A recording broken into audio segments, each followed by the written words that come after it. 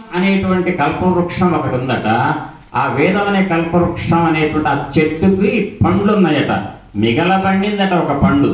ఆ పండుని పట్టక్కర్లా, మిగలబండినటువంటి ఆ కల్పవృక్షపు పండు తనంతట తానే తొడేమే బిడి వచ్చి కింద పడుతోందట.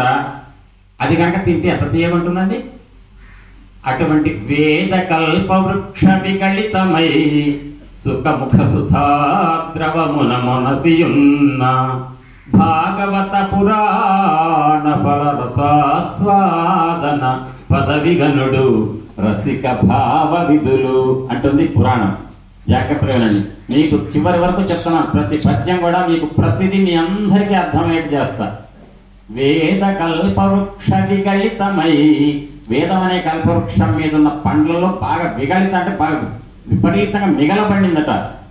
సుఖముఖ సుధాద్రవమున, ఏ చెట్టది? వేద కల్పవృక్షం, వేదం అనే కల్పవృక్షం. అందులోంచి ఒక పండు రాలిపడిందట. ఆ పండుని చిలక కొట్టిందట. చిలక కొట్టిన మామిడి పండు అంటే మనకు ఆరాటం అని చెప్పాక తినటానికి తాగటానికి. అట్టనే వేదం అనే కల్పవృక్షం నుంచి జారిపడేటువంటి పండు యొక్క రసం ఏ చిలక కొట్టింది? సుక్క అంటే ఇది చిలక. ఎవరా సుఖ అంటే వ్యాస మహర్షి యొక్క కుమారుడైన సుఖ మహర్షి.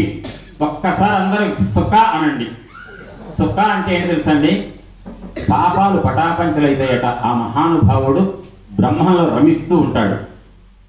ఈ ఉపన్యాసం అయిపోయే సమయంలో ఆ పేరు ప్రస్తావన వస్తుంది. అటువంటి సుఖ మహర్షి మహానుభావుడు ముఖతా వెలువడినటువంటి భాగవతం వేద కల్పవృక్ష విగళితమై సుఖముఖ సుధాద్రవమున మనసియున్న అంటే సుఖ మహర్షి ముఖతా వెలువడినటువంటి అమృత ప్రవాహం అనేటువంటి శ్రీమద్ భాగవతాన్ని భాగవత పురాణ ఫలరసాస్వాదన, ఇందులో ఉన్న రసం నేను ఇప్పుడు అనుభవించబోయేది, ఆ చివరార విని ఆనందించబోయేటువంటి ఆ భాగవతంలో రసాన్ని పదవిగనుడు రసిక భావ విధులు. రసికులు అంటే ఏంటంటే భగవంతుడి యొక్క తత్వాన్ని రసోవై సహా అంటుంది వేదం. భగవంతుడి యొక్క తత్వాన్ని నిరంతరం జుర్రాలి అని చెప్పి ఆరాటంతో ఎవరి మనస్సు ఉంటుందో వాళ్ళంతా రసభావాలు కలిగిన వాళ్ళు అంటారు. వాళ్ళని రసికులు అంటారు. వాళ్ళందరూ ఎవరైతే ఉన్నారో వాళ్ళందరి యొక్క మనస్సు తడిపేటువంటి గొప్ప ఆఖ్యానం ఏది అంటే శ్రీమద్ భాగవతం అని చెప్పి విన్నాం మేము. సూత మహర్షి మాకు కాస్త చెప్పరా అని అడిగారట శౌనకాది మునులు. అప్పుడు వెంటనే శౌనకాది మునులే అడుగుతున్నారు, సూత మహర్షి చెప్పడానికి సిద్ధంగా ఉన్నాడు. ఈ అడిగేవాళ్ళు అన్నారట, అయ్యా సూత మహర్షి, మేము వేదం అనే కల్పవృక్షంలోంచి జారిపడేటువంటి మిగలబండినటువంటి పండు యొక్క రసం తీయగా ఉంటుంది ఆస్వాదించడానికి అన్నారే. అంతేకాదట, మనం కూడా ఈ కలియుగంలో మనం ఏం చేస్తాం చెప్పండి, ఇది చేయటం వల్ల నాకేంటి యూజ్ అంటారా లేదా? ప్రతి వాళ్ళు ఏమంటారు? ఇది నాకు చేయటం వల్ల ఏంటి నాకు, ఇప్పుడు నాకేంటి అనేది ప్రతి వాళ్ళని ప్రశ్న వేసుకుంటే మనకేంటి అని చెప్తున్నారు ఇక్కడ. ఏమనంటే కలియుగం. వాళ్ళు అడిగింది ఏంటో తెలుసా అండి? శౌనకాది మునులు అడిగింది ఏంటో తెలుసా? మాకు అంటే సూత మహర్షి నువ్వు ఇన్నాళ్ళు నువ్వే చెప్తున్నావా, చెప్పే స్థానంలో ఉన్నావు, ఇక నుంచి మేము ఉపన్యాసాలు చెప్పడానికి మాకు ఇవ్వ అవకాశం నువ్వు కూర్చో ఎదురుగా అనలే. ఏమన్నారంటే అసలే కలియుగం రాబోతోంది, కృష్ణ పరమాత్మ శరీరం వదిలిపెట్టాడు, ధర్మానికి తావులేదు, చాలా ఇబ్బందులు వచ్చేట్టున్నాయి. కలియుగంలో మనుషుల యొక్క వయస్సులు కూడా ఆయుష్ కూడా 100 ఏళ్ళు కూడా ఉండేట్టుగా అనిపించట్లా. వాళ్ళ మనసు దౌర్బల్యంతో ఉంటుంది. చుట్టుపక్కల చేరిన వాళ్ళంతా పా సినిమాకు పోదాం పా అంటారు తప్ప బాబా మందిరానికి పోదా అనే వాళ్ళు ఉండరు. ఆ రకంగా దౌర్బల్యమైనటువంటి మానసిక స్థితితో ఉన్నటువంటి కలియుగ మానవులు భగవంతుడి పట్ల మనస్సు పెట్టలేరు, తరించలేరు, సత్సంగాల పట్ల ధ్యాస ఉండదు. అటువంటి మానవులు కలియుగంలో ఎంత తరిస్తారో మాకు చాలా బాధగా ఉంది మహానుభావ సూత మహర్షి. కాబట్టి కలియుగంలో మానవులు తరించి బాగుపడి సత్సంగాలకు మనసు ఆకర్షించబడి మళ్ళీ జన్మ లేని మోక్ష సామ్రాజ్యాన్ని పొందటానికి ఏదన్నా ఒక గొప్ప ఉపాయం చెప్పి ఒక గొప్ప గ్రంథాన్ని చెప్పండి ఏదన్నా అని అడిగారు వీళ్ళు. ఎవరి కోసం? వాళ్ళ కోసం కాదు, ఈ చెప్పే ఆయన కోసం కాదు. కలియుగంలో మానవులు తరించడం ఎట్లా, సమాజం ఎట్లా బాగుపడుతుంది అని. అప్పుడు అన్న ఎందుకు అంటే కలియుగంలో మనుషుల యొక్క లక్షణం చెప్తున్నారు ఇక్కడ, జాగ్రత్తగా వినండి. అలసులు కలియుగంలో మనిషి యొక్క పరిస్థితి ఎట్లుంటుందట, ముందు చదువుతా వినండి. అలసులు మంద బుద్ధియుతులు అల్పతరాయువులు ఉగ్రరోగ సంకలితులు మందభాగ్యులు సుకర్మములివ్వియు చేయజాలరు ఈ కలియుగమందు మానవులు. కావున ఎయ్యది సర్వ సౌఖ్యమై ఎలవడు ఏమిటంబొడవు ఆత్మకు శాంతి మునీంద్ర చెప్పవే. సూత మహానుభావ, సూత పౌరాణిక, మాకేం చెప్పాలంటే కలియుగంలో మనుషుల యొక్క లక్షణాలు చెప్తున్నాడు, వినండి. మీరు అవునంటే కాదంటేనే అనండి, అట్లా ఒప్పుకోం సార్ అని. కలియుగంలో మనుషుల లక్షణాలు అంటే అలసులు అట, అలసత్వం. అలసత్వం అంటే ఏంటి? ఏమండి ఈ పని చేద్దాం అన్నాం అనుకోండి, వెంటనే అంటారట చూద్దాం అంటారట. చేద్దాం అంటే చూద్దాం, దాన్ని ఏమంటారు? చేద్దాం అని వాడి బాబా మందిరం కాదు, చూద్దాం లేండి ఇంకేమంటే సోమరితనం, అంతే కదా. అలసత్వం, సోమరితనం. మరట వాళ్ళకి ఇష్టమైన పనులు చేయటంలో సిద్ధహస్తులేనట, వాళ్ళకి ఇష్టమైన పనులు చేయటంలో సిద్ధహస్తులే. కానీ జన్మ సార్థకం చేసుకోవటం కోసం, చరితార్థం చేసుకోవటం కోసం చేసే సత్సంగాలంటే మాత్రం బద్ధకస్తులట. అది అలసత్వం అంటే ఈ ప్రాంతం వాళ్ళని నేను అంటల్లా, కలియుగం గురించి ఆనాడు సౌనకాదిములు చెప్పిన మాట. అటువంటి అలసత్వం, అలసులు, మంద బుద్ధియుతులు. అలసులు అంటే ఏం చెప్పామండి? చేద్దామంటే చూద్దాం, పోన్లే బద్ధకం అయితే అందులే, పొద్దున్న 9-10 నిద్ర లేచాడులే, ఏదో టైం చేస్తాడు కదా అందామంటే ఎప్పుడు మొదలు పెడతాడో వాడికి సమయం కూడా తెలియదట. మంద బుద్ధియుతులు. సరే, అలసత్వం, సోమరితనం ఉంది, మందబుద్ధి ఉంది, అయితే ఉందిలే, ఏదో ఒక రోజు కంప్లీట్ చేయపోతాడా సత్సంగంలో ఈ గురుచరిత్ర పారాయణం అంటే. అల్పతరాయువులు. జన్మలో గురుచరిత్ర ఒక్కసారి పారాయణం చేస్తే సరిపోదు, సత్సంగం ఒకటి చేస్తే 20 చేస్తే లెక్క చేసుకుంటే సరిపోదు, జన్మ మొత్తం చేస్తూనే ఉండాలి. ఆ రకంగా సార్థకత, జన్మ సార్థకత పొందే వరకు చేయాలంటే సర్లే అలసత్వం ఉంటే ఉంది, మందబుద్ధి ఉంటే ఉంది, వాడు ఎప్పుడొకప్పుడు చేయిపోతాడా అంటే అల్పతరాయువులు. అంటే కలియుగంలో ఆయుష్ ఎంత ఉంటుందో తెలియదు. పోన్లే ఎప్పుడొకప్పుడు చేస్తారు, ఇప్పుడు బతికేంతకాలం చేస్తారు, వాళ్ళు సాధన చేసుకుంటారంటే ఉగ్రరోగ సంకలితులు. అంటే కలియుగ లక్షణం ఏంటంటే ఎప్పుడు ఏ వైరస్ వస్తుందో తెలియదు, ఎప్పుడు మూతికి గుడ్డ కట్టుకోవాలో తెలియదు, కంటికి కనిపించిన క్రిమి చేరి ఆ క్రిమి ఎక్కడుందో పట్టుకోలేక సబ్బుతో చేతులు తుడుచుకోవాల్సిన పరిస్థితి వచ్చేటువంటి క్రిములు వస్తుంటాయి కలియుగంలో అని ఉగ్రరోగ సంకలితులు. మరి ఇవన్నీ ఎందుకు వచ్చినాయా అంటే ఏంటి తెలుసా? కృతయుగంలో ధ్యానం చేయమంటే చేయలేక త్రేతాయుగంలోకి వచ్చారు. త్రేతాయుగంలో బాగుపడండ్రా అంటే యజ్ఞయాగాదులు చేయలేక ద్వాపరయుగంలోకి వచ్చారు. ద్వాపరయుగంలో చేయండిరా సాధన అంటే చేయలేక లీస్ట్ ర్యాంకులు ఉన్నాయి, కలియుగంలో నెట్టేశారు. ఈ కలియుగంలోకి వచ్చినప్పుడు ఇవన్నీ మందభాగ్యులు, వీళ్ళ భాగ్యం బాగలేదు, వీళ్ళ అదృష్టం బాగలేదు, అందుకని కలియుగంలోకి వచ్చారు అంటుంది భాగవతం. కానీ గురు చరిత్ర అట్లా ఉంది తెలుసా? కలియుగంలో పుట్టడమే అదృష్టం ఉంటుంది. ఎందుకు చెప్పండి? యజ్ఞయాగాదులు, ధ్యానాలు, పూజలు అవన్నీ చేయటం చాలా కష్టం. అతి తేలిక ఏదండి? నామ సంకీర్తన. ఆ తేలిక నామ సంకీర్తన చేసి తరించడానికి తగిన ఈ కలియుగంలో నెట్టబడ్డారు. కాబట్టి పై 3 యుగాలు హాయిగా ఎంజాయ్ చేశారు. ఉట్టి నామ సంకీర్తన చేస్తే చాలా తరించడానికి తగినట్టు కలియుగంలోకి వచ్చారంటే గురు చరిత్ర. ఆ రకం ఏదైతే ఉంది, మనమైతే కలియుగంలోకి వచ్చి నామ సంకీర్తనతో బాగుపడచ్చు అనే అవకాశం ఇచ్చినట్టు కదా. ఇటువంటి దీంట్లో మందభాగ్యులు అయితే అయ్యాం. సుకర్మములివ్వియు చేయజాలరి కలియుగమందు మానవులు. మంచి పనులు చేయడానికి కలియుగంలో మనుషులకు మనస్సు రాదు. కావున ఎయ్యది సౌఖ్యమై ఎలవడు ఏమిటం బడవు శాంతి మనసుకు శాంతి మునీంద్ర చెప్పవే. మనిషి మనస్సు శాంతించాలి, ఎటువంటి అలజడు లేకుండా ఉండాలి, మోక్షం పొందాలి అంటే కలియుగంలో మానవులు తరించాలంటే కాస్త తేలికైన ఉపాయం ఏదైనా చెప్పు స్వామి అని సౌనికాదిములు సూత మహర్షిని అడిగాడు. అడిగి అంతటితో అనలే. ఇక్కడ చూడండి ఎంత గొప్పదో, మీరు వినండి. ఇప్పుడు చెప్పకుండా ఒక పద్యం పాడతా. యవ్వని అవతారము ఎల్ల భూతములకు సుఖమును వృద్ధియు సురిది చేయు. యవ్వని శుభనామమే ప్రొద్దునుడు వంగ సంసార బంధంబు సమసిపోవు. యవ్వని చరితంబు హృదయంబు చేర్పంగ భయమంది మృత్యువు పరువు వెట్టు. యవ్వని పదనదిని పారు జలముల సేవింప నైర్మల్య సిద్ధి కలుగు.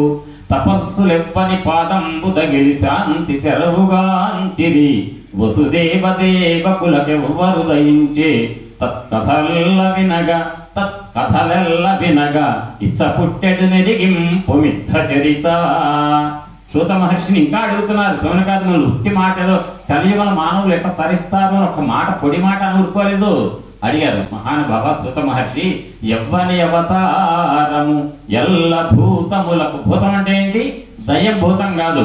భూతం అంటే అర్థం ఏంటంటే ప్రాణం కలిగిన జీవులందరినీ భూతాలు అంటారు. భూతం అంటే అది ఆధ్యాత్మికలు. యవ్వని అవతారము, ఏ మహానుభావుడు అవతరించడం వల్ల. మనం ఏమంటాం? మన ఇంట్లో ఒక పిల్లవాడు పుడితే పుట్టాడు అంటాం. భగవంతుడు పుట్టాడు అనుకోండి, పుట్టాడు అంటామా? అవతరించాడు అంటాం. యవ్వని అవతారము ఎల్ల భూతములకు సుఖమును వృద్ధియు సొరిది చేయు. అంటే సుఖాన్ని ఇస్తుందట, వృద్ధిని కలిగిస్తుందట. ఏ మహానుభావుడు అవతరించడం వల్ల మానవ జాతి మొత్తం కూడా సుఖం పొంది, సర్వసుఖం. ఎటువంటి సుఖం? సుఖం అంటే హాయిగా ఏసీ, ఎండాకాలం ఏసీ, చలికాలంలో లోపల హీటర్ కాదు. సుఖం అంటే ఏంటంటే మనస్సు సుఖపడి నిరంతరం పరమాత్మ తత్వంలో రమించడం, అది సుఖం. వృద్ధి అంటే ఏంటంటే సాధనలో వృద్ధి చెంది సకల మానవులలో కూడా ఉన్నది భగవంతుడే అనేటువంటి స్థితి పొందటాన్ని వృద్ధి అంటారు. యవ్వని అవతారము ఎల్ల భూతములకు సుఖమును వృద్ధియు సొరిది చేయు. సుఖాన్ని వృద్ధి బాగా కలిగించేటువంటి ఎవరు అవతారం గురించి వింటే, యవ్వని శుభనామమే ప్రొద్దునుడు వంగ సంసార బంధంబు సమసిపోవు. జాగ్రత్తగా వినండి ఇక్కడ ఒక మాట. యవ్వని శుభనామము. ఎవరి శుభనామం అంటే ఏం చెప్తారు? ఎవరి నామాన్ని, ఎటువంటి నామం? ఏదో మనం ఈ మధ్య పిల్లల పేర్లు ఎట్ట పెట్టుకునేవాళ్ళు అండి. ఇదివరకు తాతలు ముత్తాతలు వెంకటేశ్వర్లు, వెంకయ్య, రామయ్య, లక్ష్మయ్య ఇట్ట పెట్టుకునేవాళ్ళు. ఇప్పుడు పుస్తకాలు ఎదుగుతున్నారు. అసలు ఆ పేరు ఏంట? పింకీ అంటారు. ఏంట పింకీ అంటే కుక్క పిల్లలు పెట్టుకునే పేరు. కానీ ఆ పిలవటంలో ఆనందం ఏంటో తెలియదు. ఈ వెంకయ్య, రామయ్య అనేటువంటి మాట ఎందుకు అనేవాళ్ళు? అరే రాముడు అన్నా కూడా ఆ రామచంద్రమూర్తి నామం తెలిసినట్టే కదండి. నాయన వెంకయ్య ఇట్రా అన్నా అంటే వెంకయ్య స్వామిని పిలిచినట్టే. సాయి అని పిలుస్తున్నారు ఈ మధ్య. సాయి అని పేరు ఒకటి. అదృష్టం ఏంటంటే ఈ మధ్య సాయి భక్తులు ఆ అవధూత మార్గంలో ఉన్నారు కాబట్టి సాయి అని ఒక పేరు పెట్టుకోవాలి. అదొక్కటి సంతోషించవలసిన అంశం. సాయిరామ్ అని పిలుస్తున్నారు.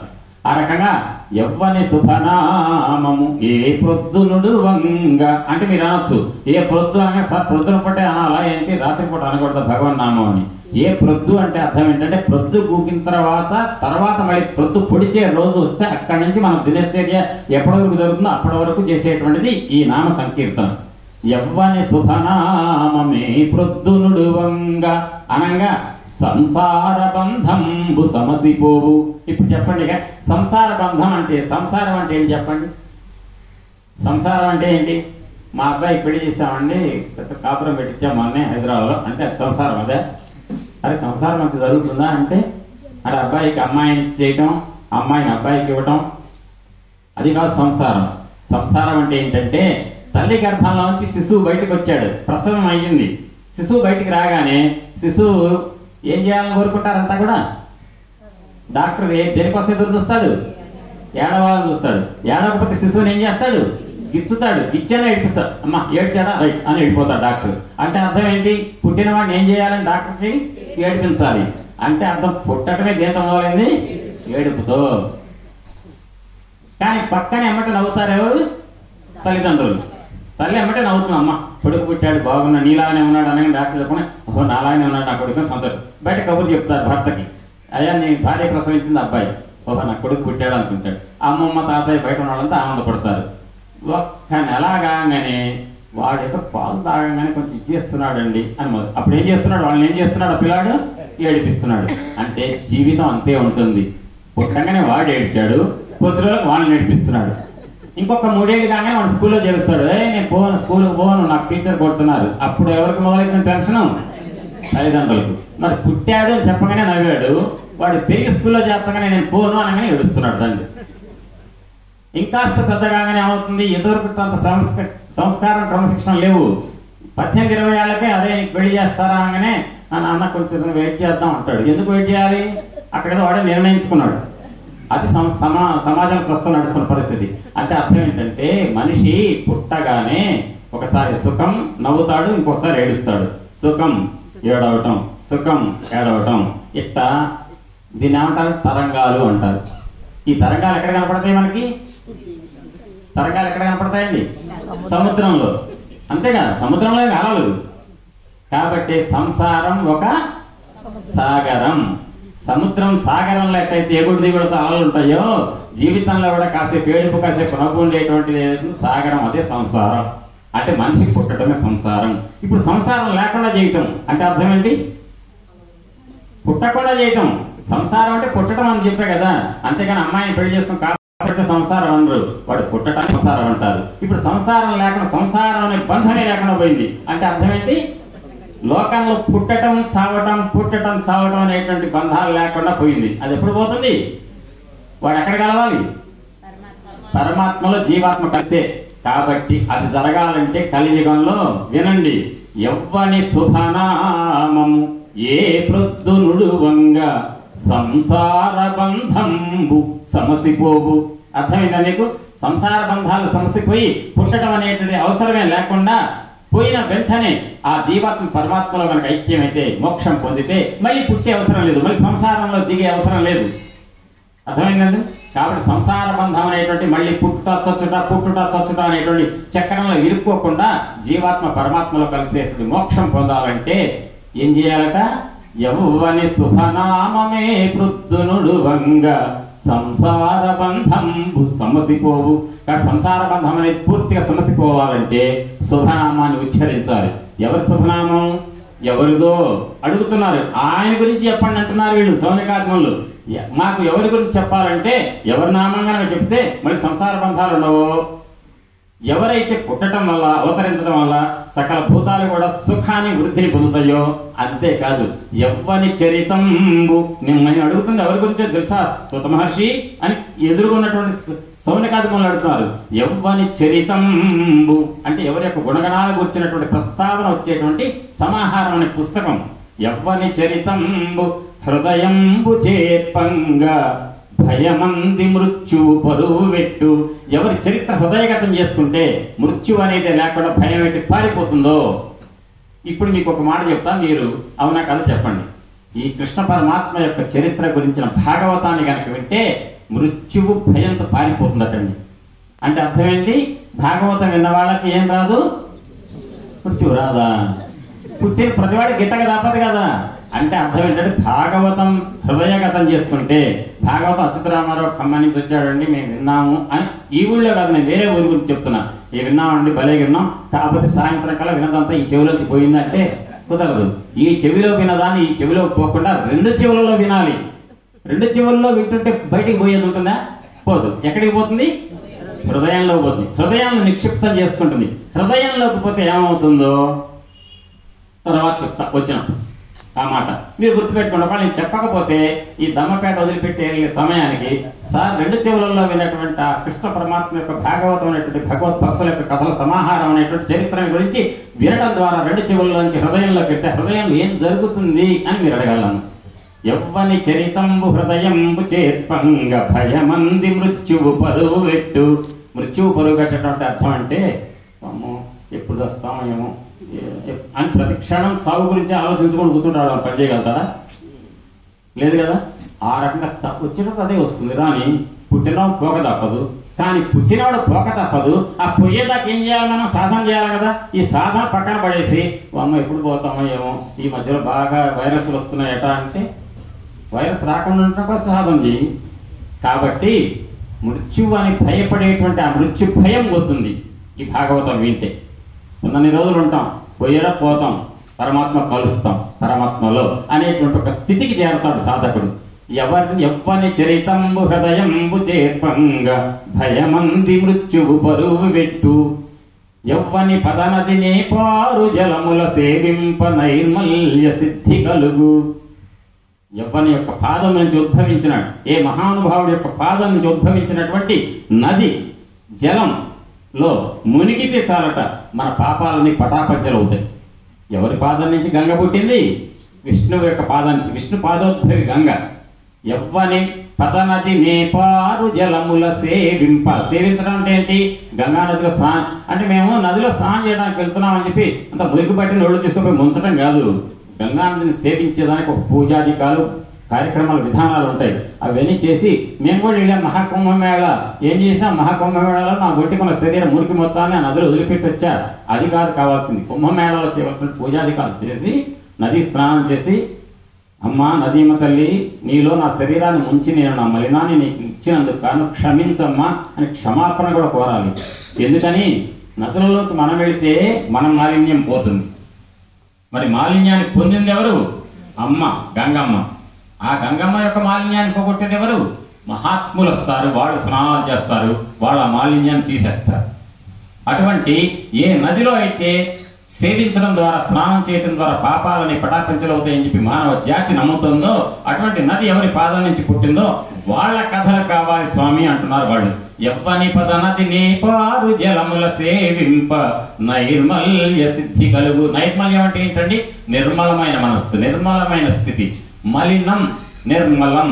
మలం అంటే అందరికీ తెలుసు, హేయమైంది. నిర్మలం మలానికి వ్యతిరేకం. అర్థమైంది? ఆ నిర్మలత్వం కలిగిన మనస్సు కావాలి. లోపలంతా మాలిన్యం ఉంటుందట. ఆ మాలిన్యం ఎటువంటిదంటే, మాలిన్యం నాకు ఇది లేదని దానికంటే వాడికి అది ఉందని ఏడుస్తాడు. నాకు లేదు అని ఏడ్చిన దానికంటే ఎదుటివాడికి ఉన్నదని ఏడ్చేది ఎక్కువ అవుతుంది. దాన్ని అసూయ అంటారు. అసూయ, కల్మషాలు, కార్పణ్యాలతో కూడుకున్నటువంటి ఈ మనస్సు అనేటువంటి ఈ సాగరం, ఈ హృదయం అనేటువంటి మడుగు నైర్మల్యం కావాలి. నిర్మలత్వాన్ని చేసుకోవాలంటే ఈ మహానుభావుడు పాదము నుంచి పుట్టినటువంటి గంగని సేవించాలి. ఎవ్వని పదనది నేపారు జలముల సేవింప నైర్మల్య సిద్ధి కలుగు. తపస్సు చేసిన మహానులు, తపస్సులు అంతా కూడా తపస్సులు. ఎవ్వని పాదంబు తగిలి శాంతి తెరవుగాంచిరి. మనశ్శాంతి పొందడానికి తపస్సు చేసినటువంటి తపస్సిద్ధులంతా కూడా, మహానుభావులంతా కూడా ఏ మహానుభావుడు పాదాలు ఆశ్రయించారో, తపస్సులు ఎవ్వని పాదంబు తగిలి శాంతి తెరవుగాంచిరి. ఇప్పుడు అడుగుతున్నారు అడ్రస్. ఇన్ని లక్షణాలు చెప్పుకొచ్చి కింద వచ్చేసారు. వసుదేవ దేవకులకెవ్వడు దయించే. వసుదేవుడికి దేవకీ దేవికి వాళ్ళ గర్భాన పుట్టిన మహానుభావుడు. వసుదేవ దేవకులకెవ్వడు దయించే. ఎవడు పుట్టాడు వసుదేవ దేవకులకు? దేవకీ దేవికి కృష్ణ పరమాత్మ, బాలకృష్ణుడు. తత్కథలెల్ల వినగా ఇచ్చ పుట్టెడు నెరిగింపు మిథ చరిత. మహానుభావ, గొప్ప చరిత్ర కలిగినటువంటి బుద్ధి సంపన్నుడైనటువంటి సూత మహర్షి దేవకీదేవికి వసుదేవుడికి గర్భాన పుట్టినటువంటి వాళ్ళ ఆ దంపతులకు పుట్టినటువంటి పుణ్య చరిత్ర కలిగినటువంటి కృష్ణ పరమాత్మ యొక్క కథల యొక్క, ఆ కృష్ణ పరమాత్మ యొక్క భక్తుల యొక్క సమాహారం ఏదైతే ఉందో ఆ కథ సంపుటి చెప్పయ్యా అన్నారట వీళ్ళు. ఇదంతా వీళ్ళ ప్రశ్న వేసిన తర్వాత ఇంకొక ప్రశ్న వేశారండి. వినండి ఎంత ప్రశ్న అంటే, మానవుల మన యొక్క జన్మ ఎటువంటిదంటే, మనం ఈ జన్మ ఎత్తాము అంటే అర్థం ఏంటి? ఇంకా పూర్తిగా మోక్షం పొందడానికి తగినటువంటి పనులు చేయలేదనే కదా. ఇంకా ఏదో అనుభవించడానికి ఈ జన్మ ఎత్తాం, ఏదో కొంత మిగిలింది.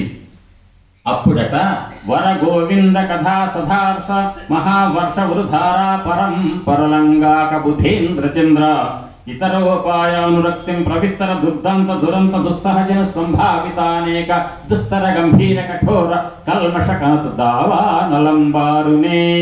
ఎంత గొప్పదో వినండి. మీ అందరికి ఎవరికైనా అర్థం కాకపోతే ఈ పద్యం చెప్పిన తర్వాత చేయొద్దని మళ్ళీ చెప్తా మీకు అర్థమయ్యేట్టుగా. వర గోవింద కథా సుధారస మహావర్ష వృధారా పరం పరలంగాక బుధేంద్ర చంద్ర ఇతరోపాయానురక్తిం ప్రవిస్తర దుర్దాంత దురంత దుస్సహజన సంభావితానేక దుస్తర గంభీర కఠోర కల్మష కనతు దావానలంబారునే. మన హృదయంలో ఉన్నటువంటి కల్మషం అని ఎటువంటిదో తెలుసా అండి? ఎటువంటి కల్మషం చెప్తున్నాడు తెలుసా పోతన గారు? ఆ కల్మషం ముందు చెప్తా. దాని ఇత్తా అని చిన్న మాట అంటే సరిపోదట. మనకు నిజంగా భయపడి సాధనలో దిగాలి మనం. ఈ సాధన చెప్తే మన జన్మ వేస్ట్ అనే స్థితికి మనం రావాలంటే మనలో ఉన్నటువంటి కల్మషం యొక్క గొప్పతనాన్ని చెప్తున్నారు ఇక్కడ. అదట దుర్దాంత దురంత దుస్సహ అని జన్మలుగా మనం మోసుకొస్తున్నటువంటి పాపపు రాశి. ఒక జన్మలోనేమో భార్యాభర్తలు విడదీస్తాం, ఒక జన్మలోనేమో బిడ్డాళ్ళని విడదీస్తాం, ఒక జన్మలోనేమో కాపురం బాగానే చూస్తాం, వాళ్ళ సొమ్ము దోచుకుంటాం. ఇట్లా రకరకాల పాపాలు చేసి ఉంటాం తెలవక. అందరూ అని కాదు, చేసి ఉండొచ్చు. అటువంటి పాపాలన్నీ కూడా ఈ జన్మలో అనుభవిస్తాం. ఇంకా మిగిలి ఉన్నాయనుకోండి, భగవంతుడు కలుపుకోవడంలో ఇంకో ఉంది కదా, ఇది కొంచెం ఉందిగా డేటా, ఇది అనుభవించాలి, ఇంకో జన్మ ఇస్తాడు. అక్కడ కూడా అన్నీ కనుక జీరో చేసుకోలేదు అనుకో, ఇక్కడ మాత్రం ప్రశ్న వేయాలంటే మీరు జనరల్గా వేయలేరు నన్ను, నాకు తెలుసు. ఇక్కడ వేశారంటే మాత్రం సమాధానం చెప్పాలంటే దానికి 10 నిమిషాలు పడుతుంది. వేస్తే చెప్తా, వేయకపోతే వదిలేస్తా. ఇక్కడ ఏంటంటే ఈ జన్మలో వచ్చామంటే క్రితం జన్మల పాపాల మొత్తం ఒక చిట్టా పట్టుకొచ్చాం, సంచిలో వేసుకొని వచ్చాం. పోయిన జన్మలో అనుభవించినటువంటి పుణ్యాలు పాపాలు అనుభవించాం, ఇంకా మిగిలినవి ఒక సంచిలో పెట్టాడు, వీపున కట్టాడు భగవంతుడు, ఈ జన్మ ఇచ్చాడు. అంటే ఏ కర్మతో వచ్చాం? సంచిత కర్మతో వచ్చాం. సంచిత కర్మతో వచ్చాం. ఇక్కడికి వచ్చిన తర్వాత మనం చేసే పనులకు ప్రారంధాలు వస్తాయి. ఆ ప్రారంధం మంచి చేస్తాం, చెడు చేస్తాం. ఇక్కడ ప్రారంధ కర్మ అనుభవిస్తాం, ఇక్కడ కూడా పనులు చేస్తాం, కొన్ని ఆ కర్మలు ఉంటాయి. వచ్చిన సంచిత కర్మలో కొంత తరిగించుకుంటాం, ఏదో పుణ్య కార్యక్రమాలు చేస్తాం, సత్సంగాలు చేస్తాం, అభిషేకాలు చేస్తాం, పూజలు చేస్తాం. కానీ అందులో కొంత మిగులు సంచిత కర్మలో. ఇప్పుడు ఈ జన్మలో చేసి అనుభవించే కర్మలతో పాటు కొన్ని తప్పులు చేసి ఎక్స్ట్రా తప్పు ఒప్పు మంచి చెడు చేస్తాం, అది కొంత మోటేస్తాం, ప్రారంధ కర్మ. అక్కడి నుంచి వచ్చిన సంచిత, ఇది ప్రారంధం. ఈ రెండు కలుపుతాం, మళ్ళీ వచ్చే జన్మకి వేసుకుపోవాలి సంచిలో. దాన్ని ఆగామి కర్మ అంటారు. అంటే సంచిత కర్మతో భుజాన్ని వేసుకొని వస్తాం ఈ జన్మలోకి. ఇక్కడ చేసే వాటిలో ప్రారంధ కర్మ, ప్రారంధ కర్మలో మిగిలింది, సంచిత కర్మలో మిగిలింది కలిసి ఆగామి కర్మ అని ఒక డిపాజిట్ బ్యాంకులో బ్యాలెన్స్ వేసుకొని ప్రాణం వదిలిపెడతాం. మళ్ళీ నెక్స్ట్ జన్మకు సంచిత కర్మ కింద వస్తుంది. ఈ 3 కర్మలే కదండి ఉండేది, సంచిత, ప్రారంధ, ఆగామి. ఈ 3 కర్మలతో జీవుడు ఎప్పుడు తిరుగుతూ ఉంటాడే. ఆ జీవుడు పుట్టగానే పోయిన జన్మలో ఉన్నటువంటి సంచిత కర్మది, ప్రారంధ కర్మ, ఆగామి కర్మ మొత్తం మూట వస్తుంది. ఆ మూటలో ఏమేమి ఉంటాయో చెప్తున్నాడు. అదట దావానలమట. దావానలం అంటే ఏంటి తెలుసా అండి? ఒక ఊరి బయట కొన్ని 100 కిలోమీటర్ల అడవి ఉందండి, పెద్ద అడవి, 100 కిలోమీటర్ల అడవి. ఆ అడవిలో అనుకోకుండా ఎండాకాలం మేలో రోహిణి కార్త బాగా ఎండిపోయినాయి. ఒక చోట ఎవడో వేశాడు ఒక నిప్పు. అప్పుడు ఏమవుతుంది? అడవి అంతా తగలబడు. ఆ తగలబడే అడవిని మీరు మీ వల్ల మీరందరూ మీ ఎడలో బిందెలు తీసుకుపోయి నీళ్లు పోస్తే ఆరిపోతుందా? గవర్నమెంట్ మొత్తం ఈ ఫైర్ ఇంజన్లు పట్టుకుపోతే ఆగుతుందా? ఆగదు. కొన్ని రోజులు కాదు, నెలల తరబడి నీళ్లు కొట్టినా కూడా ఆగదు. కానీ భగవంతుడు ఒక్కసారే కనుక పెద్ద ఆగకుండా 5-6 గంటలు వర్షం కురిపిస్తే ఆగుతుంది. జడివాన కురవాలి గంటలు గంటలు, అంతేనా? ఇక్కడ కూడా మనం జన్మలుగా మోసుకొస్తున్న కర్మలన్నీ కూడా పెద్ద దావానలు అన్నమాట. అంటే ఎండాకాలం కొన్ని 100 కిలోమీటర్ల అడవిని తగలపడితే ఎవరు పెడతారు? పోయి ఈ అడవి తగలబెట్టాలని ఎవరు పెట్టుకోరుగా. ఎవడో వేసాడు తెలిసిన ఒక నిప్పు, దాంతో తగలబడింది ఆ పెద్ద మంట, అది దావానలం అంటారు. దావానలం. దాన్ని ఆర్పాలంటే వర్షం, భగవంతుడి కృప వల్ల వర్షం పడితే తప్ప ఆగదు. అట్టనే మన లోపల ఉన్నటువంటి పాపాల చిట్టాల యొక్క మొత్తం కూడా ఒక దావానలం అన్నమాట. అది ఆరాలంటే మళ్ళీ జన్మంటూ లేకుండా భగవంతుడు మనం పోయి కలవాలంటే, వచ్చే జన్మకు ఈ జన్మలో పుణ్య పాపాల ఫలితం ఏం లేకుండా చేయాలంటే మళ్ళీ అనుభవించడానికి వీడికి ఏం లేదుగా. మరి ఈ జీవికి అనుభవించడానికి మంచి లేదు, చెడు లేదు. వీడు మంచిని వాడుకున్నాడు, చెడు వాడుకున్నాడు, జీరో చేసుకున్నాడు. మరి వీడేం అనుభవించాలి? ఏం లేదు. అప్పుడు భగవంతుడు దిగుదోచదు. వీడికి ఏం జన్మిస్తాడు? ఇవ్వలేడు. ఇవ్వలేక ఏం చేస్తాడు? ఆయనలో కలుపుకుంటాడు. అది అర్థమైందా? ఈ జన్మలో పుణ్య ఫలాలన్నీ ఖర్చు పెట్టుకున్నాడు, పాప ఫలాలన్నీ ఖర్చు పెట్టుకున్నాడు. మరి దీని దగ్గర నీ ప్రశ్న ఇస్తేనే నాకు టైం పడుతుంది, పావు గంట. మళ్ళీ ఎప్పుడన్నా ఇస్తే వెదురు. కానీ పుణ్యకర్మలని జీరో చేసుకున్నాడు, పాపకర్మలని జీరో చేసుకున్నాడు. జీరో అయింది కాబట్టి వీడిని అనుభవింపజేయడానికి నా దగ్గర సంచి లేదు. ఈ సంచి భుజాన్ని పెట్టడానికి లేనప్పుడు భగవంతుడు ఏం చేస్తాడు? ఇంకో జన్మ ఇవ్వడానికి లేదు. అప్పుడు ఆయనలో కలుపుకుంటాడు. ఆ పుణ్యకర్మలు జీరో, పాపకర్మలు జీరో చేసుకునేటువంటి దానికి ఏదైతే పెండింగ్ ఉంటుందో ఇక్కడ, దాన్ని దుర్దంత దురాంత దుస్సహ జను సంభావిత అనేక దుస్తర గంభీర కఠోర కల్మష కనత్ కనత్ కనకన కనకన. మీకు తెలుసు ఎండాకాలం మంచి కంది కట్టెలు ఉంటాయి. ఉరిగడ్డి వాము ఏదో కంది కట్టెలు పొరపాటు నిప్పు పడుతుంది, మండుతుంది, కనకన మండుతుందిరా అంటారు. కనకన మండటువంటి అర్థం ఏంటి? ఆ కంది కట్టెల యొక్క వాము తగలబడ్డప్పుడు చప్పుడి కనకన ధ్వని వస్తుంది అంటారు. ఆ రకంగా కనత్ కనత్ బాగా ప్రకాశంతో ఉంటుంది, చప్పుడు చేస్తుంటుంది. అంత భయంకరమైన దావానలం మన హృదయంలో ఉంటే దాన్ని అంటారు మన పాపపు కర్మల చిట్టా అని. అది జీరో చేయాలి. అర్థమైందండి? ఈ దావానలం అనేటువంటి దాన్ని జీరో చేయాలి. చెప్పండి, అడవి తగలబడుతున్నప్పుడు దాన్ని జీరో చేయాలి. ఆరిపోవాలంటే ఏం కావాలండి? పైనుంచి భయంకరమైన రోషం కలవాలి. ఇక్కడ కూడా మన జన్మలుగా మోసుకొస్తున్నటువంటి దుస్తర గంభీర దుర్దాంత దురంత దుస్సహ జను సంభావిత అనేక దుస్తర గంభీర కఠోర, ఇన్ని దాని గొప్ప గంభీరమైందట. దుస్తరమట, దాటలేమట. గంభీరమైంది, లోతైందట. దుస్సహ, భరించలేమట. దుర్దాంత అంతమే లేదట. ఇంత గొప్ప లక్షణాలు కలిగినటువంటి పెద్ద దావానంలాగా లోపల ఉందయ్యా నీకు ఈ జన్మకు సంబంధించిన ఆ పాపపు చిట్ట. ఆ దావానలో అనేటువంటి అడవిలో కాలిపోతున్నటువంటి అడవి యొక్క పెద్ద మంటని ఆర్పాలంటే మీకున్నదల్లా ఒక్కటే పెద్ద ఫైర్ ఇంజన్. ఏ ఫైర్ ఇంజన్ అంటే వినండి ఇక్కడ. వర గోవింద కథా సుధారస మహా వర్ష బురుధారా పరం పరలంగాక బుధేంద్ర చంద్ర ఇతర ఉపాయ అనురక్తిం దుర్దాంత దురంత దుస్సహజను సంభావితానేక దుస్తర గంభీర కఠోర కల్మష కనత్ దావానలంబారునే. సూత మహర్షి, మానవ జాతి కలియుగంలో తిరుమల మీద మాకు ముఖ్యమంత్రిగా చుట్టం కాబట్టి రోజు కూడా స్పెషల్ దర్శనం కూడా సంబంధం లేదు. వెంకటేశ్వర స్వామి విగ్రహానికి 2 అడుగుల దూరంలో నిలబడి రోజు చూస్తా. 8 గంటలు అంటే కుదరదు. నువ్వు 2 గంటలు ఇప్పుడు వెంకటేశ్వర స్వామి దగ్గర తిరుమల వెళ్తాం, తిప్పలు పడతాం. 300 రూపాయల టికెట్ ఎందుకు మంత్రి గారి సిఫారసు ఉంది. లోపలికి పోయాం, పోయిన తర్వాత అక్కడ దాకా వెళ్తాం. వెంకటేశ్వర స్వామి దర్శనం అవుతుంది అనగా జనాలు ఏం చేస్తారు? ఒక్క నెట్టు నెడతారు. అప్పుడు చేతిలో ఉన్న పిల్లగాని జాగ్రత్త చూసుకోవడానికి చూస్తారా, వెంకటేశ్వర స్వామి చూస్తారా? ఈ పిల్లగాని ఎవరు నొక్కి పడేస్తారా? ఇది దృష్టి అంతా. అంటే మన యొక్క భక్తులు అట్టున్నాయి, భక్తి అట్టుంది. ఆ నెట్టుడికి వెళ్ళంగానే ఆ పక్కన వాళ్ళు నెట్టేవాళ్ళు ఉంటారు. యువతేమో వీళ్ళు నెడతారు, మన పక్క వాళ్ళు. లోపలికి వెళ్తే ఎవరు నెడతారు? ఇవి కట్టుకుంటారు కదా మెళ్ళు, ఏమంటారు? సేవకులు. వాళ్ళే తప్ప. నేనైతే చెప్పాను, నువ్వు అరకుండా ఉండు, మేము వెళ్తాం. నువ్వు అట్టంటే కదలం అని చెప్తా. ఎందుకంటే నువ్వు చెప్పకపోతే కదలాలని నిలవదా, వెనక వాళ్ళకి దర్శనం కావాలని నిలవదా? ఇప్పుడు నేను నీకు 40 సెకండ్లు వేస్ట్ చేశాను. నువ్వు అరవకుండా ఉంటే ఈ ముందు వెళ్ళిపోయేవాడిని కదా, ఎందుకు నెడతావు అని నీకు ఎందుకన్నా పెట్టింది? నువ్వు కూర్చుంటే పనులు అవుతాయి అని చెప్పి 1-2 సార్లు. సార్ చూడండి సార్. నేను చూడను, నేను చూసా ఇందాకని. నువ్వు నెట్టడం అనే పద్ధతి మార్గం అంటే మిమ్మల్ని ఇక్కడ నెట్టడానికే పెట్టారా అంటే గొప్పవాళ్ళు అనుకుంటారా? అంటే అర్థం మన వాళ్ళు ఏంటంటే మామూలుగా సాఫీగా వెళ్తున్న వాళ్ళు కూడా నెట్టి పడేస్తుంటారు. మరి వాళ్ళు ఎన్ని గంటలు ఉంటారు? వాళ్ళు దేనికుంటారు? మనం నెట్టాలనుకుంటారు. మనం దేనికుంటాం? ఆయన చూడటానికి ఉంటాం. మరి ఎవరికి పుణ్యం దక్కుతుంది? కాబట్టి ఆయన ప్రదేశంలో ఉండటం కాదు లెక్క, ఆయన మన మనస్సులో ఎంత ఉన్నాడు, తోటి మనుషుల పట్ల ఎట్లా ప్రవర్తిస్తున్నాం, అది ప్రధానం. భగవంతుడు దానికి సంతోషిస్తాడు. భగవంతుడి పట్ల మనకి భక్తి అనురక్తి కావాలంటే కావాల్సింది ఏంటంటే లోపల ఉన్నటువంటి ఈ పాప పుణ్యాల యొక్క కల్మషం ఏదైతుందో దాన్ని మనం పోగొట్టుకోవాలి. పోగొట్టుకోవడానికి ఏంటి ఇక్కడ వాడుతున్నారంటే వినండి. వర గోవింద కథా సుధా. వర గోవింద, వర అంటే శ్రేష్టమైన గోవిందుడు. గోవిందుడు అంటే ఎవరండి? గోవిందుడు మళ్ళీ గోవిందుడు అంటే ఇవాళ రేపు మందరపల్లిలో నేను చెప్పను అది, ఎందుకంటే నాకు టైం చాలదు కదా. ఇప్పుడు నేను చెప్పాలన్నా అంటే ఎంత చెప్తానో నేను చూసుకోవాలిగా. రేపు నేను వేరే చెప్తాను. అక్కడ అదొక విచిత్రమైనటువంటి భాగవతమే. వర గోవింద, శ్రేష్టమైన గోవిందుడి యొక్క వర గోవింద కథ. ఆ గోవిందు యొక్క కథ. సుధ అంటే అమృతం, రసం. సుధా రస మహావర్షం. మహావర్షం అట మామూలు వర్షం కాదు.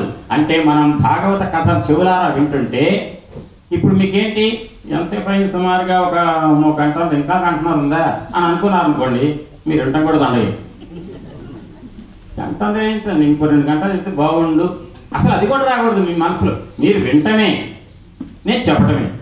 ఆ రకంగా వర గోవింద కథా సుధారస అంటే వర గోవిందుడి యొక్క కథ అనేటువంటి సుధ అమృత రసం. వర్ష గురుధార పరం పరలంగాక. మహావర్షం అంటే అర్థం. మహావర్షం అంటే అర్థం ఏంటంటే నాకు చాలా ఆనందం చేసిన అంశం ఏంటంటే ప్రతిరోజు అమ్మగారు లక్ష్మి గారు ఫోన్లో కూడా సత్సంగం చేస్తారట. ప్రతిరోజు సత్సంగం చేసేది నేను మొన్ననే గొలగమూడిలో విన్నా, మళ్ళీ ఇప్పుడు ఇక్కడే వింటున్నాను. ప్రతిరోజు సత్సంగం చేసేవాళ్ళు నాకు ఎక్కడ లేరండి. నేను 750 ఉపన్యాసాలు ఎన్ని ఊళ్ళు తిరిగానండి. ఏ సార్ దసరాకి చెప్తారు కదా, తర్వాత మళ్ళీ ఉగాదికి చెప్పుకుందాం సార్ అంటే దసరాకి ఉగాది మధ్య ఏంది అంటే వీళ్ళు అంటే దసరా అయితే మళ్ళీ ఉగాదికే అంటే మధ్యలో ఉన్నవాడిని తినడానికి పెట్టే పండుగలా అంటే నిరంతరము చేయవలసింది సాధన. ఆ రకంగా సత్సంగం నిరంతరం చేశారనేది చాలా. ఇందాక భోజనం చేసేటప్పుడు చెప్పిన మాటలే కానీ ప్రతిరోజు సత్సంగం ఉంటుందని. ఆ ప్రతిరోజు సత్సంగం చేస్తూ ఆ నోటి నుంచి ఒక్కరే చెప్తారు. ఎప్పుడైనా వినేది అనేక మంది చెవులలో ఈ చెప్పబడుతున్న మాటలు అనేటువంటి ఈ తరంగాల యొక్క వర్షం చెవుల దాకా సోకటాన్ని మహావర్షం అంటారు. వర గోవింద కథా సుధారస మహా వర్ష గురుధార. గురుధార అంటే మామూలు మాట కాదండి. అసలు కంటిన్యూగా ఆ వర్షం పడుతుంటే ఎదురు ఇల్లు కూడా కనపడదట, నీళ్ళ ప్రవాహానికి పడుతుంటే పైనుంచి కింద పడుతుంటే.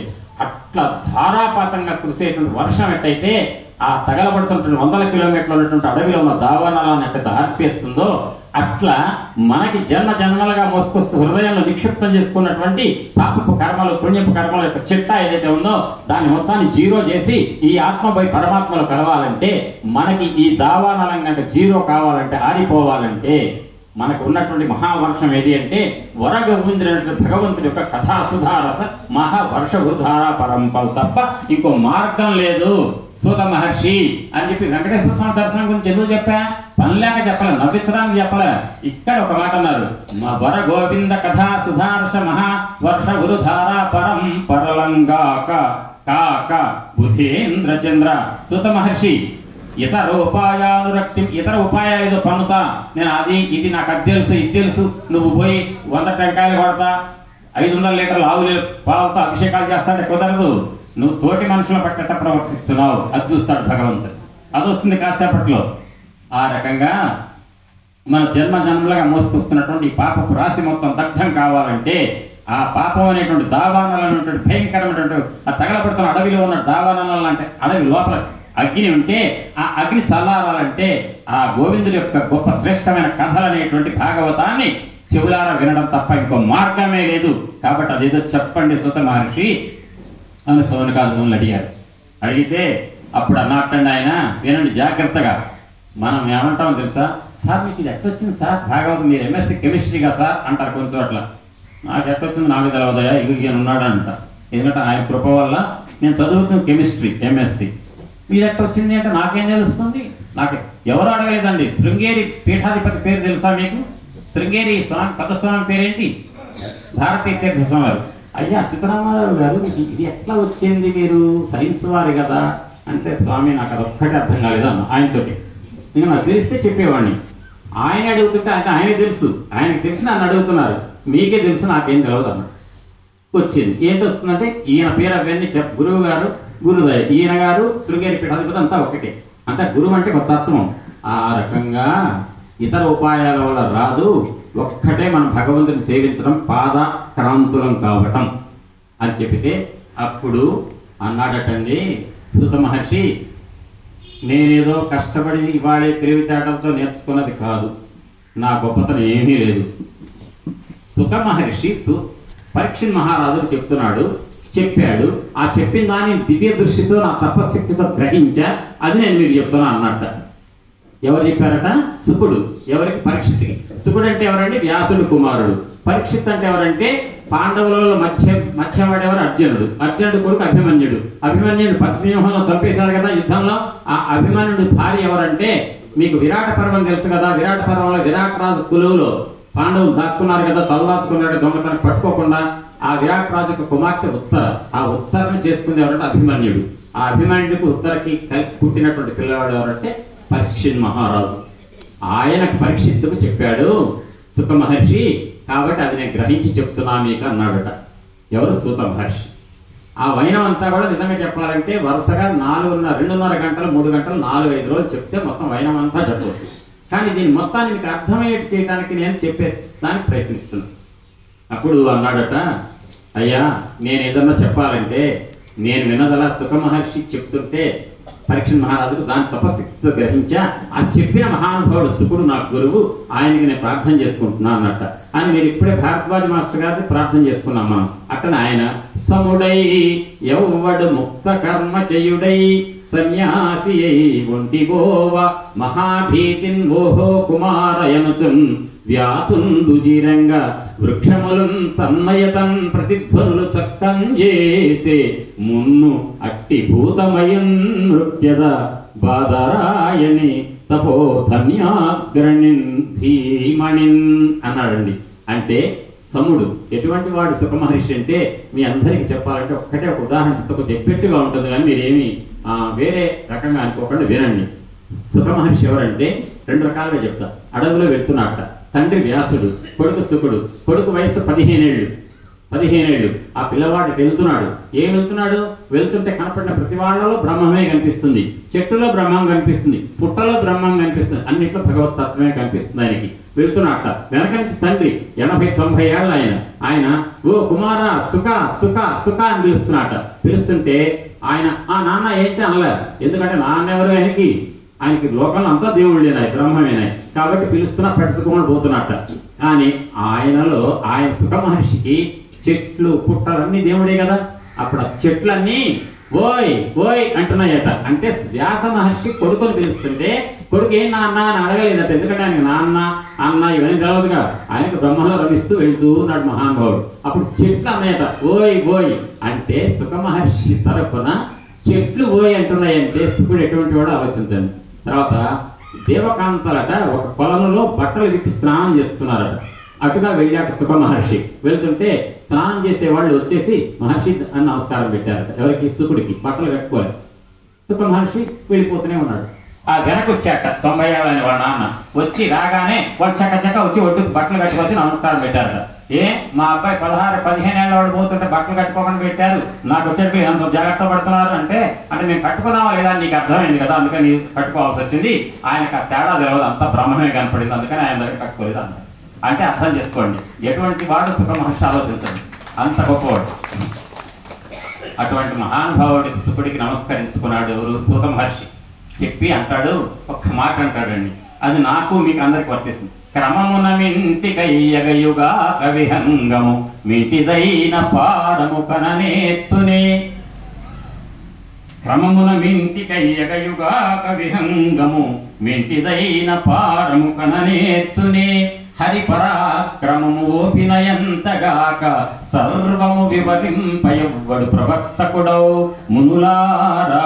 ఓ సౌనకాది మునులారా, ఎవ్వడు ప్రవర్తకుడవు మునులారా, నాదు చిత్తమునకు ఎంత కానపడియడు తప్పక చెప్పెద మీకునంతయు. ఎంత గొప్ప మాట తెలుసండి ఇది. ఈ మాట సూత మహర్షి ప్రారంభంలోనే చెప్పాడు. సౌనకాది మునులారా, భాగవత యొక్క కథ యొక్క తత్వాన్ని చెప్పాలంటే నాకు వచ్చు అని చెప్తే విర్రవేగా ఉంటాడు. నాకెంత అర్థమైందో అంత చెప్తా, మీకు నాకు తోచినంత చెప్తా, నేను అనుభవంలో తెచ్చుకున్నంత మీకు చెప్తా అనాలి. అంతేగాని ఒక పిచ్చుక ఈ ఎత్తులు ఎగురుతుంది, ఒక కాకి ఇంకాస్త పైన ఎగురుతుంది, గద్ద ఇంకా పైన ఎగురుతుంది, రాబందు ఇంకా పైన ఎగురుతుంది. కానీ చిన్న పిచ్చుక కానీ పెద్ద రాబందు కానీ ఆకాశం అంచులు ఎగురుతాయా? ఆకాశం అంచుని తెలుసుకోలేదే, ఎంత పెద్ద పక్షి అయినా. అట్లనే ఆకాశం అంచు ఏదైతే ఆకాశంలో విహరించే పక్షి ఏది కూడా తెలుసుకోలేదో భగవతత్వాన్ని మానవుడు తన మనస్సుకి తన మేధకు ఎంతవరకు అంతవరకే అందుకుంటాడు తప్ప సర్వం నాకు తెలుసని అంటే వేదాలకే తెలియదు. మనిషికి ఎట్లా తెలుస్తుందండి? అర్థమైందా? అవాంగ్మానస గోచరం అంటారు పరమాత్మ. అవాంగ్మానస గోచరం అంటే అర్థం ఏంటి? వాక్కుకి మనస్సుకు అందని వాడు పరమాత్మ. కాకపోతే మీరు అనొచ్చు, వాక్కుకి మనస్సు కాకపోతే మనం ఎందుకండి నోరారా అనవసరం నోరు నొప్పి పెట్టుకుంటున్నాం అంటే, ఆ నోరు నొప్పి పెట్టుకుంటే చేస్తేనే ఆయన అనుభవంలోకి వస్తాడు. చేతులారంగ శివుని పూజింపడేని నోరు నొవ్వంగ హరికి తినుడువడేని అన్నారు పోతన గారు. ఆ రకంగా చేతులారా చేయాలంట శివుడికి పూజ, నోరారా చేయాలంట హరిభజన్. ఆ రకంగా పరమాత్మ యొక్క తత్వాన్ని నాకు సర్వం తెలుసు అని చెప్పే ధైర్యం ఎవరు చెయ్యరు, నాకే రాదన్నట సూత మహర్షి. అటువంటి భాగవతాన్ని మీకు చెప్తున్నానని చెప్తూ వినండి. ఆయన అన్నాడు, ఇక్కడ మాత్రం ఒక చిన్న మాట చెప్తాను, వదిలిపెడతా, రాత్రి గుర్తు చేయండి, 7ంటికి చెప్పే సత్సంగాలు. గురుమతులు తపస్సులు అంతఃకరణంబులు శుద్ధి చేయ ఘనతర భక్తిన్ హరియందు సమర్పింతురు పరమానందమున భిన్న భవబంధనులై. మహానుభావులైన వారంతా కూడా అట్టండి గురుమతులట. గురుమతులు అంటే ఏంటి తెలుసా అండి? గురు అంటే చాలా గొప్పది. అంత బుద్ధిశక్తి కలిగిన మహానుభావులు కూడా అంతఃకరణం కనుక శుద్ధి కావాలంటే, అంతఃకరణ శుద్ధి కావాలి అంటే పరమాత్మకు సమర్పిస్తారు తమ మనస్సుని అన్నారు. ఇందులో లలితా సహస్రనామం ఎవరు చేస్తారు? ఎవరైనా చేస్తారు? లలితా సహస్రనామం. ఓకే, లలితా సహస్రనామం. శ్రీమాత శ్రీ మహారాజ్ఞి శ్రీమసింహాసనేశ్వరి చిదగ్నికుండ సంభూత దేవకార్య సముజ్యత ఉద్యద్భాను సహస్రావ చతుర్బాహు సమన్విత రాగస్వరూప పాశాఢ్య క్రోధాకారాంకుశోజ్వల మనోరూపేక్షుకోదండ పంచతన్మాత్ర సాయక అన్నారా. అంటే అక్కడ అర్థం వస్తుందన్నమాట. పరమాత్మ యొక్క అమ్మ యొక్క 4 చేతులలో ఏముంటుందంటే అరుణాం కరుణా తరంగితాక్షీం సుతపాశాంకుశ పుష్పబాణ చాపాం అణిమాదిభిరావృతాం మయూఖైః అహం ఇచ్చేవ విభావయే భవానీం ధృత పాశాంకుశ పుష్పబాణ చాపాం. 4 చేతుల్లో 4 ఉంటాయి. అటువంటి అమ్మ యొక్క 4 చేతుల్లో ఉన్న 4 ఆయుధాలు మనం కనుక ధ్యానిస్తే మన మనస్సులు అమ్మ అదుపులో పెట్టుకుంటుంది. అప్పుడు మన మనస్సులు ఎట్లుంటాయంటే శుద్ధి చేయబడతాయి. దానికోసం అమ్మను ఆశ్రయిస్తాం. అట్లనే గురుమతలు వీళ్ళందరూ కూడా మహానుభావులైన వాళ్ళంతా కూడా మన అంతఃకరణ శుద్ధి కోసం పరమాత్మకు సమర్పిస్తారట. భవబంధనులై ఈ భవ సంసార సాగరంతో సంబంధం లేకుండా మనస్సును అర్పిస్తారు, భాగవతాన్ని చెవులారా శ్రవణం చేస్తారు అని చెప్పి అంటాడు. ఒక మాట జననములేక, ఇక్కడ ఒక మాట అంటాడు పోతన గారు. అది నెక్స్ట్ టైం వచ్చినప్పుడు దాని అర్థం అతి రహస్యమైన హరిజన్మ కథనంబు మనుజులెవ్వరేని మాపు రేపు చాలా భక్తితోడ చదివిన సంసార దుఃఖ రాశి బాసి తొలగిపో. అతి రహస్యమైన హరిజన్మ కథనంబు, కృష్ణ పరమాత్మ యొక్క జన్మ మహా రహస్యం అట, పెద్ద గొప్ప రహస్యం అట. ఆ రహస్యం అంటే ఏంటో కృష్ణ జన్మం ఎప్పుడో చెప్తా ఇదే ఊళ్ళో, అప్పుడు మనం చాలా గొప్పగా ఉంటుంది. అసలు వదిలిపెట్టలేదు. అతి రహస్యమైన అదే రహస్యం. అటువంటి కృష్ణ పరమాత్మ భగవంతుడికి అసలు పుట్టుక లేదండి, సావు లేదు. సావు పుట్టుకలు లేనివాడు జననములేక కర్మముల జాడలబోక అంటాడు. అంటే జనం లేదు, కర్మలు చేయాల్సిన అవసరం లేదు. భగవంతుడికి ఏం అవసరం అండి? ఆయనకే సత్సంగాలు చేయాల్సిన అవసరం భగవంతుడికి ఉందా? ఆయనే భగవంతుడు, ఆయనలో కలవడానికి మనం ఆరాట పడుతున్నాం. కాబట్టి ఎందుకు పుడుతున్నాడు అంటే మనం ఉద్ధరించడానికి పుడుతున్నాడు. కర్మలు ఎందుకు చేస్తున్నాడు? మనకి నాయన ఈ పనులు మీరు చేయాలరా అని చెప్పి మనకి చూపించడం కోసం ఆయన పనులు చేస్తాడు. జన్మ కర్మ జమే దివ్యం అంటుంది భగవద్గీత. అర్థం కాదా? ఆ రకంగా జననములేక కర్మముల జాడలబోక, పుట్టుక లేని వాడు పుడతాడు మన కోసం. వదిలిపెట్టాల్సిన అవసరం లేదు, వదిలిపెట్టాడు శరీరాన్ని పనిపోగానే. మనం ఎప్పుడు పుడతామో మనకు తెలియదు, ఎప్పుడు పోతామో మనకు తెలియదు. ఎప్పుడు పుట్టేదానికి తెలుసు, ఎప్పుడు పోయేదానికి తెలుసు. ఆ మధ్యలో చేసే లీలలన్నీ, ఆయన చేస్తే పనులు లీలలు, మనం చేసే పనులు. మనం చేసే వాటిని ఏమంటారు? కర్మలు అంటాం. భగవంతుడు చేసే పనులను లీలలు. ఆ లీలలు ఎవరి కోసం చేస్తాడు? లోక సంరక్షణ కోసం చేస్తాడు, లీలలు చూపిస్తాడు. మనం మన కోసం చేస్తాం కర్మలు. మరి చెడ్డవాళ్ళు ఏం చేస్తారు? కర్మలు కాక కర్మలు అంటే వాళ్ళ కర్మ కొద్ది చేస్తారు కొన్ని పనులు. సమాజ శ్రేయస్సు కోసం చేయరు, సమాజ ఘాతకం కోసం చేస్తారు. ఆ రకంగా మనం చేసే పనులన్నీ కర్మలు, భగవంతుడు చేసే పనులన్నీ లీలలు. వాటన్నిటిని చెప్తూ ఇక వినండి ఇక్కడ. మరి అట్టండి, ఇందాక ఒక మాట చెప్పాను. సౌనకాది మునులంతా కూడా సూత మహర్షిని ఒక కృష్ణ కథ, కృష్ణ భక్తుల యొక్క కథా సారాన్ని మాకు చెప్పండి అని అడిగారు. వాళ్ళు దేనికోసం అడిగారు? మా ప్రమోషన్ రావాలని కోరారా? ఎవరి కోసం? కలియుగంలో మానవులంతా తరించడానికి వాళ్ళ మనస్సులు ఉద్యుక్తం కావు. వాటి మనస్సులు భగవంతుడి వైపు కాస్త మరలాలంటే వాళ్ళకి భగవత్ కథల సమాహారం కావాలి కదా, చెప్పండి స్వామి అని అడిగారు. ఇక్కడ ఒక ఆయన పెద్ద మనిషి అండి, టెన్షన్ పడుతున్నాడు. ఎవరంటే వ్యాస మహర్షి. ఒకసారట, జాగ్రత్తగా వినండి, 18 పురాణాలు రాశాడు, 18 ఉప పురాణాలు రాశారు. అవి రాసి అందులో బోలెడంత భగవత్ తత్వాన్ని చెప్పాడు. ఆ తర్వాత కలియుగంలో మానవులు ఇట్ట లాభం లేదు, ధర్మం అంటే ఏంటో తెలవాలి బాగా అని చెప్పేసి ధర్మం మొత్తం కూడా ఒక పెద్ద మహాభారత రూపంలో ఇచ్చాడు. ఆ మహాభారతాన్ని చెప్పాక 10 సంవత్సరాలు చెప్పుకోవచ్చు, రోజు గంట చెప్తే.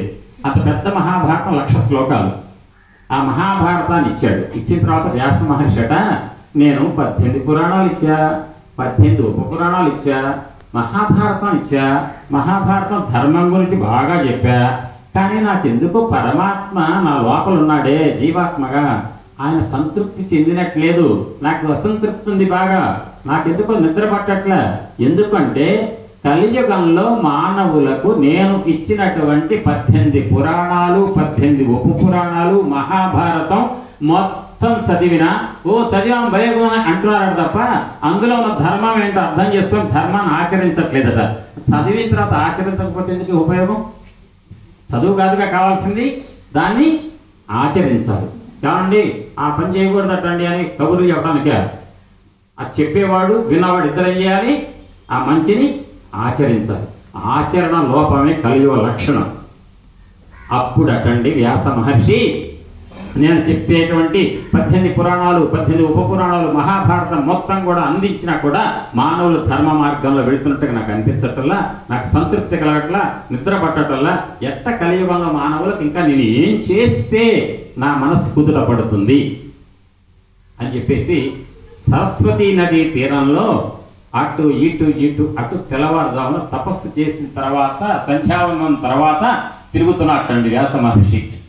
తిరుగుతుంటే ఇక్కడ ఒక్క మాట ఏనండి, మీరంతా కూడా భాగవతంలో గొప్పతనం ఏంటి తెలుసా? లోకంలో మానవులు బాగుపడతారనేటువంటి ఆరాటంతో, నాకు ఎప్పుడు ఫ్లాట్లు ఎన్ని వస్తాయి, నాకు అపార్ట్మెంట్ ఎప్పుడు కొనుక్కోవచ్చు అని ఆలోచన కాదు, దానికి టెన్షన్ పడేవాడు కాదు. లోకంలో ఉన్న వాళ్ళంతా కూడా ఎప్పుడు ఎట్లా బాగుపడతారు, వాళ్ళని ఎట్లా బాగు చేయాలి, సమాజం ఎట్లా బాగుపడుతుందని తపన పడేవాళ్ళు. ఆ తపన బాగా పెరిగిపోతే వాళ్ళ తాపాన్ని తగ్గించడం కోసం భగవంతుడు ఒక గురువు రూపంలో అటు వస్తాడు ఎదురుగా. వీడు వెళ్ళక్కర్లే, ఈ బాధపడేవాడు వెళ్ళక్కర్లే. లోకం కోసం తాపం చెంది బాధపడేటువంటి తపస్సు చేసినటువంటి తపస్వి దగ్గరికి భగవంతుడే అక్కడికి వస్తాడు, ఇంటికి వస్తాడు ఆయన దగ్గరికి. నాయన ఏంటయ్యా నువ్వు ఇంత తాపం చేసి బాధపడుతున్నావు ఏంటి, నీ మనసులో ఏంటి, వెలితి కొరత ఏంటో అడుగుతాట. అట్ట వ్యాస మహర్షి లోకం కోసం తప్పిస్తూ 3 గంటల తెల్లవారుజామున 3 గంటల 4 గంటల మధ్యలో బ్రహ్మ ముహూర్తంలో తిరుగుతున్నాడు. ఆ సమయంలో వచ్చాడు ఒక మహానుభావుడు గురువు వ్యాసుడి దగ్గరికి. ఎట్లా వచ్చాడో చెప్తున్నారు పోతన్న గారు. తన చేతి వల్లకి తంత్రి స్వనంబున సతత నారాయణ శబ్దముప్ప ఆనన సంభూత హరిగీత రవ సుధాధారల యోగీంద్ర తతులు సొక్క కపిల జటాభార కాంతి పుంజంబుల దిశలు ప్రభాత దీధితి వహింప తనులగ్న తులసి కాదామ గంధంబులు భూ గగనాంతరాళంబు కప్పికొనగా వచ్చే మింట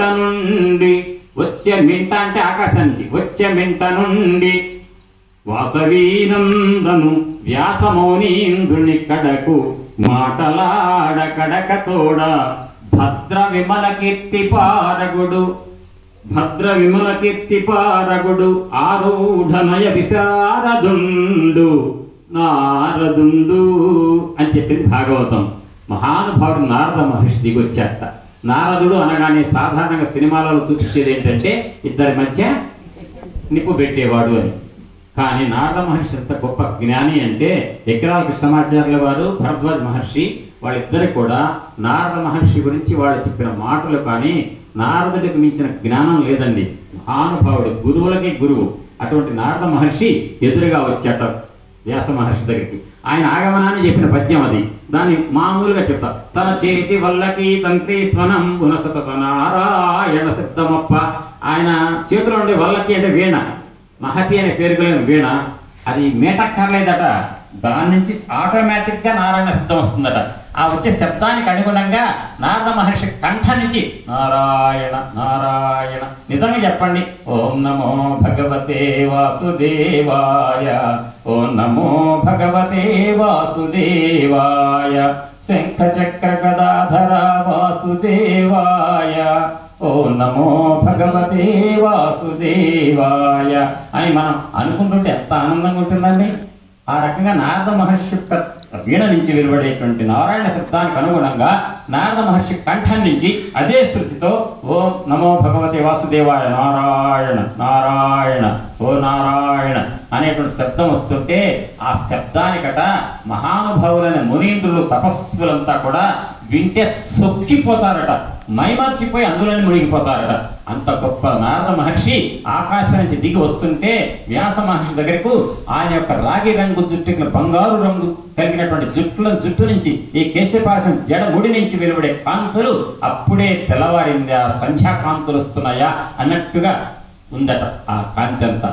అప్పుడు నారద మహర్షి మెడలో ఉన్నటువంటి తులసి దళం ఏదైతే ఉందో దాని నుంచి వెలువడే తులసి దళం యొక్క దండ యొక్క ఆ వాసన భూమి ఆకాశాలు కప్పిందటువంటి సుగంధం.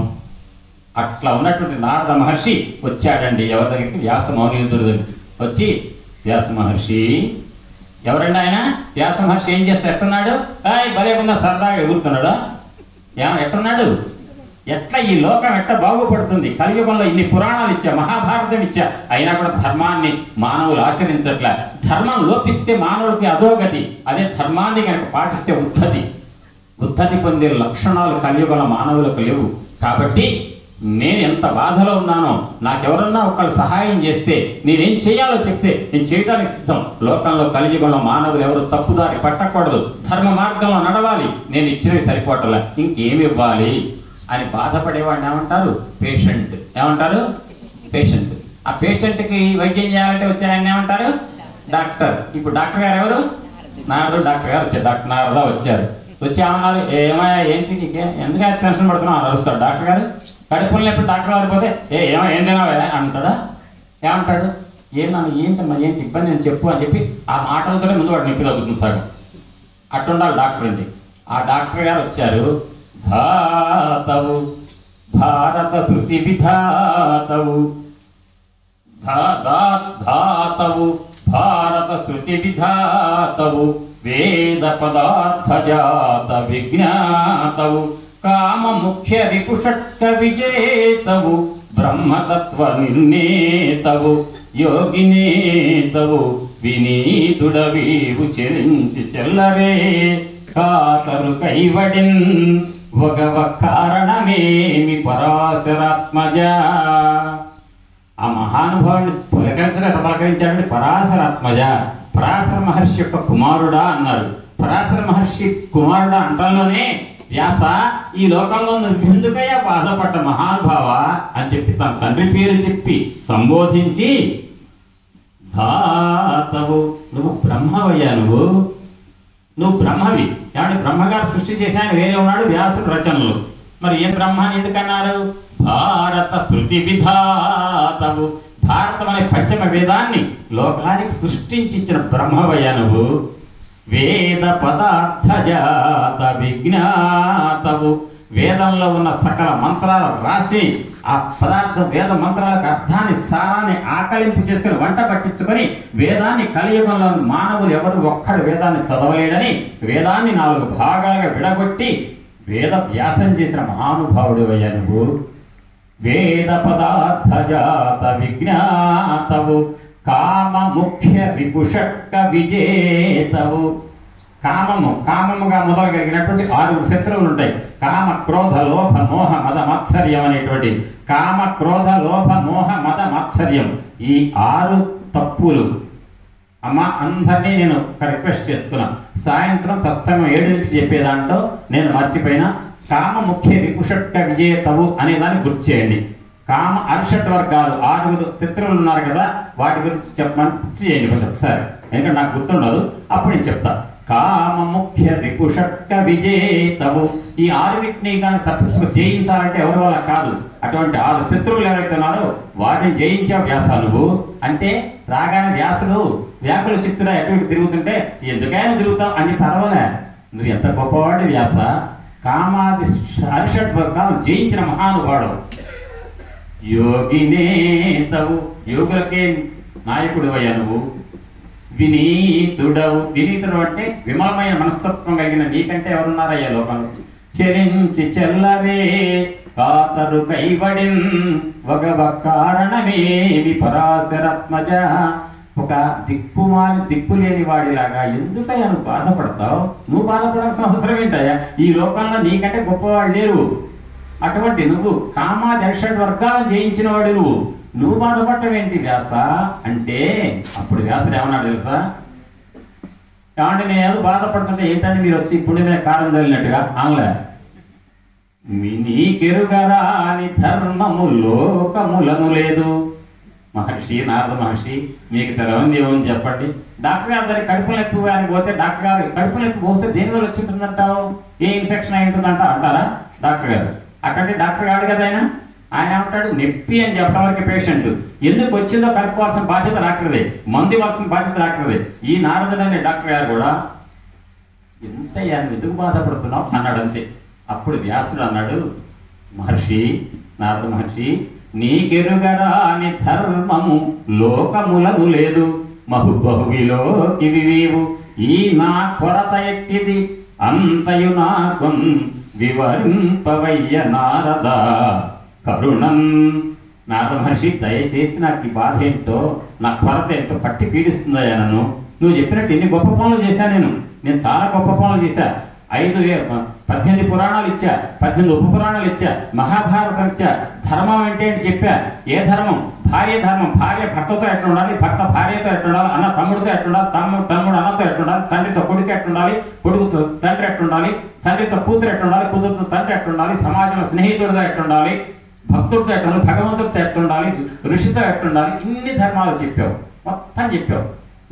నేను చెప్పాను, అయినా నా కొరత ఒకటి నాకు వెంటాడుతుందయ్యా. నాకు ఎందుకు ఈ కొరత వచ్చిందో తెలియదు. మనస్సు అసలు కుదుట పట్టల్లా, నాకు నిద్ర పట్టట్లేదు.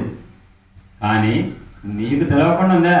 నీకెరుగరా అని ధర్మము లోకములను లేదు. లోకాలలో ఎక్కడా కూడా నీకు తెలవని ధర్మం లేదు.